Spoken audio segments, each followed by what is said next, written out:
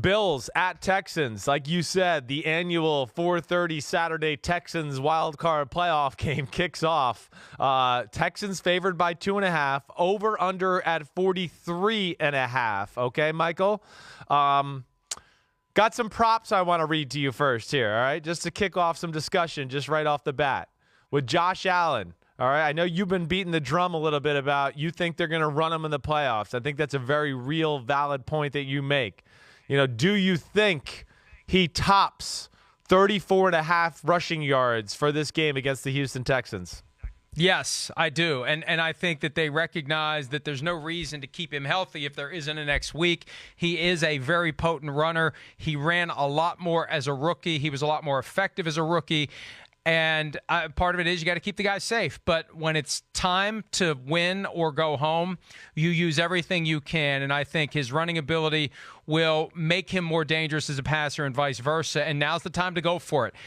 There is no next week, and I do think we'll see more of Josh Allen running the football. So I go over 34.5 rushing yards. Yeah, I think that's safe too. I hear you. All right, so what? Now let's just talk about the rest of the matchup.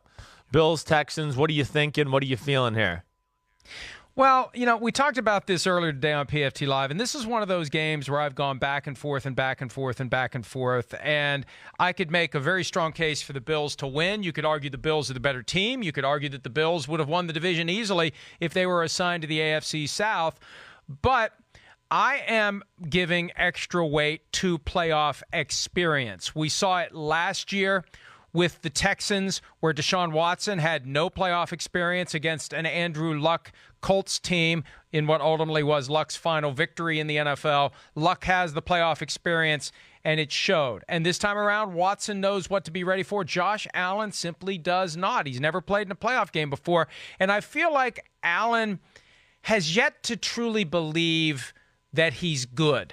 That I feel like he holds himself back at times because he's yet to slide into, and tell me if this is crazy, you got to have that swagger, that confidence that borders on delusion, that you're the man, that you're the guy, that you are going to go out there and you're going to will that team to victory and get on my back and let's go. I feel like he's still kind of doe-eyed when he gets into those big spots, and that's one of the reasons why they don't have a signature win, and I don't know that that's going to change on Saturday. I think that's more of a long-term off-season project to get Josh Allen to realize he's the man, because he is, but he's the last one to realize it. Your thoughts on that effort to psychoanalyze Josh Allen? Well, no, I think you're right about that. I do. No, I think part of that answer to that question a little bit also has to do with, he might be a little bit more have that swag you're talking about if he felt like there was another weapon on his offense that could really help him that way, right? So I think that also,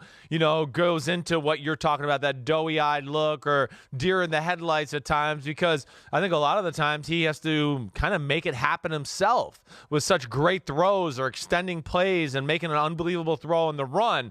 So there's tremendous pressure on him and just his physical ability there to this point still, just because, they got something going there in Buffalo yet, but I think we would both agree there's no game breakers on that offense. I mean, he is kind of the game breaker. There's no guy yet, and I think that's why I really think the Bills are a team to say watch out for next year, because hopefully they can get that type of guy on the offensive side of the ball that a team has to double or worry about. So I think it's a very real point.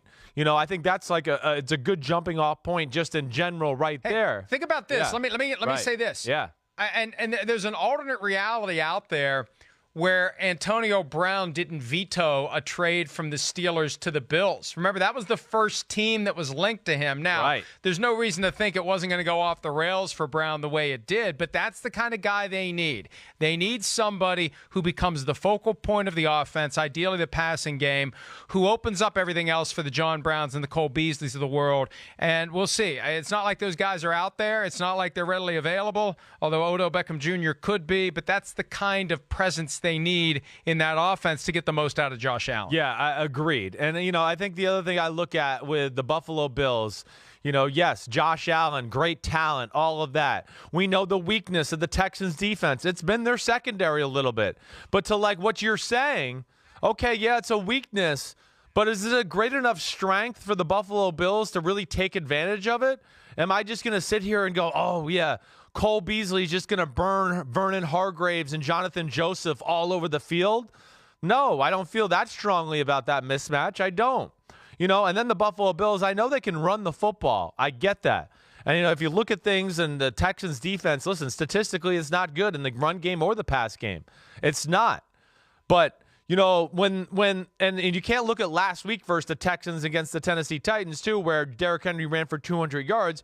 The Texans didn't play a lot of defensive guys on their front seven. So don't expect anything like that. When the Texans played the Tennessee Titans a few weeks before that and beat the Tennessee Titans in Tennessee, they did a pretty good job on Derrick Henry. I mean, it was like 20-something, 21, 22 rushes for like 90 yards. That's a good day.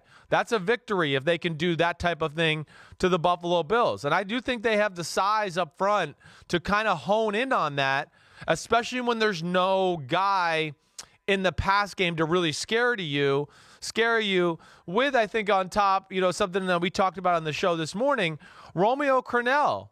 He's going to have knowledge of these concepts and things that the Buffalo Bills do. Brian Daboll's a New England guy. Romeo Crennel's Houston Texans defense looked a lot different when it played the New England Patriots in that regular season game. He was keyed in on some of the things they like to do schematically. So I look at that and go, even though Houston's defense is reeling, I don't think the matchup is as, lopsided as you might think there. So that's one thing that interests me. Now, the other big question, Mike, right, is like, we know the Buffalo defense is the real deal. They're great, and McDermott's great. Do we think the Houston Texans can move the ball on the Buffalo Bills defense? What do you think? Well, I think Will Fuller is going to be the key there, and he was limited in practice yesterday with that groin injury that was supposed to be a 2 or 3 week thing. If he can play and stay on the field, because just because he lines up and is in uniform when the game starts doesn't mean he'll be there when the game ends. Right. But when you have DeAndre Hopkins, Will Fuller, and Kenny Stills putting pressure on that secondary, and even if Tre'Davious White takes away or minimizes DeAndre Hopkins, you still have other guys that have to be dealt with, and we saw that against the Patriots, how they weren't able to go man up on those guys because they're too good across the board. You got to play them zone, and it gives them more opportunities to get open and make things happen. So I think that Fuller really will be a key ingredient, and we'll see whether or not he's available to play come Saturday. Yeah, we will. I mean, Kenny Stills is banged up too, right? So that's another little issue and twist in this as well. And as is Laramie Tunsil, their left tackle. He's been limited all week with an ankle injury. Right, which again, I'm picking this game right or wrong. I don't care. I'm going to pick the game thinking these guys are going to play. I know maybe they're not going to be 100%, but I'm picking it as of right now, Thursday, January 2nd at 10:30 a.m. I'm going with these guys are going to play and be in the lineup. We'll see how effective they are, but I'm just trying to not to give myself some excuse or whatever else. And in the saying of that, I love McDermott, right? He's phenomenal. I guess what I worry about a little, okay, the Buffalo defense. There's been some teams that have been able to run the ball on Buffalo this year. If there's a little area on their defensive side of the ball that I worry about, it is lack of size, lack of big people. I mean, we saw the Patriots run on them 2 weeks ago. We saw the Ravens, of course, run on them. You go back to the Philadelphia Eagles and that win up in Buffalo. They ran the ball. The Cleveland Browns ran the ball. The Houston Texans can run the ball. This is not the same O-line that we've seen in previous years. They're a little bit more of a formidable force here with Carlos Hyde. So if they can have that balance, and then Mike, my big thing too is, the Texans. I mean, the Bills don't play man to man. They're going to play zone. They can't match up man to man with this team. So if they play man to man, it'll be just sparingly, whatever the that word is. It'll be very rare because I think they know they can't match up across the board there. When you play zone, I always worry about that a little bit with Deshaun Watson if you don't have a great pass rush, because I do think he can buy time. And then you buy time, you manipulate zones, and holes become bigger and things like that. So that's where I worried about it a little bit for Buffalo's defense against Deshaun Watson and company there. So it's really a fascinating matchup. I'm really very excited for this game. I mean, they're one's a superstar quarterback, the other one has a chance. And who are you going to take? What's your score going to be? But let me ask you this first. Yeah. Do you think that the Bills will put Tre'Davious White on DeAndre Hopkins wherever he goes? Will they be forced into zone? I guess it all depends on whether or not Will Fuller plays, and you're assuming he's going to play. I am. I'm going to assume he plays right now. Yeah, I am. And I think that, like I said, I don't think Buffalo really wants to play man-to-man other than just a handful of times a game. And I don't think Tre'Davious White is a great matchup for DeAndre Hopkins just because, Hopkins is a big dude. He wins when you get up in his face and play physical against him. Not only is he a great route runner, because he had success against Stephon Gilmore. It was open more in that game than he even got the ball. But when you play physical with him, I mean, you better watch out because he'll throw you to the ground, and then all of a sudden it's like he's not being covered by anybody. So I think they will dabble in a whole lot of zone with just a man-to-man play here and there. But they're just not a team that's built to go man. And then you got a Levi Wallace who hurt his ankle last week, right? The other starting corner for Buffalo, which I think kind of handicaps them in the man-to-man department even more. So do you want to make the pick first, or do you want to make me make me?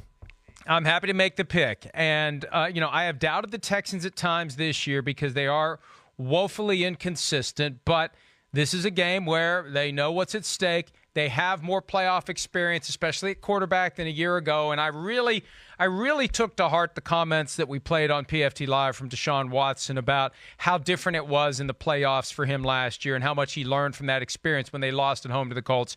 And I even though I feel like the Bills are a dangerous team and the Bills could win, this is a narrow Houston Texans victory. 20-17 is the score that I select.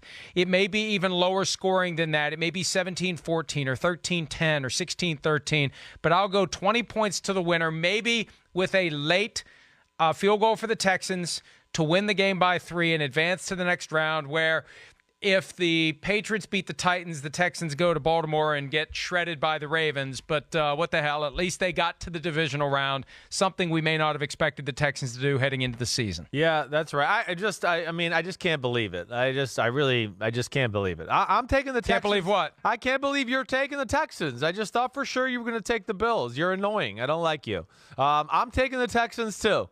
I'm going 23-20. I'm expecting one more field goal for each team than you are. I mean, that's really what I am. But I see the game playing out that way. And, I just think without that lack of another game breaker or a singular game breaker with Buffalo on that offense, I just don't know if there's enough there to take advantages of some of the weaknesses we've talked about with that Texans defense. And plus, with the knowledge of the scheme in general with Romeo Crennel between Brian Daboll, I think that favors the Houston Texans as well. And then I think the last thing is like what you said. Listen, the best player on the field is number 4 in blue, Deshaun Watson, and I think he understands the magnitude of this, and he'll understand the grandiosity of this game a lot more this time than last time. So I'm with you. Okay, we're going Texans. Very well done that you got grandiosity on the first try. I'm pulling words all out of my ass today. I mean, they just feel right coming out of my mouth, but they're really coming out of my ass, and I don't know, somehow they're landing in the right spot. Well, yep. No, because whatever it was you said earlier, it took 2 or 3 tries to get it right. I can't remember what it was now. Yeah. But you eventually got there. Yes, I can't remember now either because I've said a number of idiotic things. Hi, I'm Mike Tirico, and thanks for watching. Make sure to hit subscribe for the latest news and highlights from NBC Sports.